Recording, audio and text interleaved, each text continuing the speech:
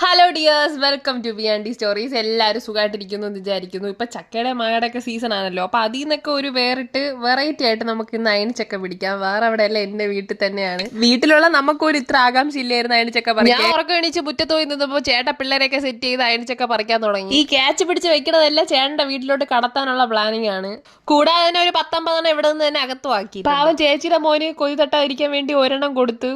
അത് ഏറ്റവും ഞളങ്ങിയ പീസായിരുന്നു. അവ പാവം ഒന്നും അറിയാതെ കഴിക്കുന്നുണ്ട്. പശു ഇതിനേക്കാളും നന്നായിട്ട് കഴിക്കും.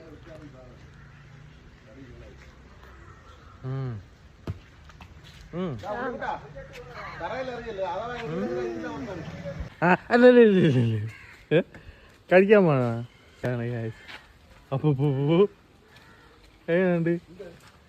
പാവ എന്റെ ഉണ്ണിക്കുട്ടനാണ് ഈ അയണിച്ചൊക്കെ എല്ലാം പറിച്ചു കൊടുത്തത്. ചേട്ട താഴെ ഡയറക്ഷൻ മാത്രമേ ഇവിടെ ഒന്നും ഉണ്ടായിരുന്നുള്ളൂ. പിന്നെ ചാക്കി കയറ്റി വയ്ക്കാനും ഭയങ്കര ഇൻട്രസ്റ്റ് ആയിരുന്നു.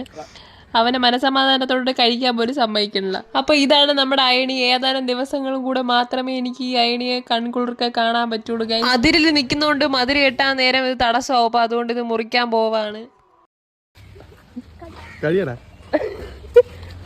കൊച്ചിനെത്ത് പോയാൽ അവൻ ഉണ്ടാവില്ല. അപ്പൊ ഇതാണ് ഇന്നത്തെ വിശേഷം. പിന്നെ നിങ്ങളുടെ നാട്ടിലെ അയണിച്ചക്കയ്ക്ക് എന്താണ് പറയുന്നത് എന്നുള്ള പേരും കൂടെ കമന്റിൽ പറയണം.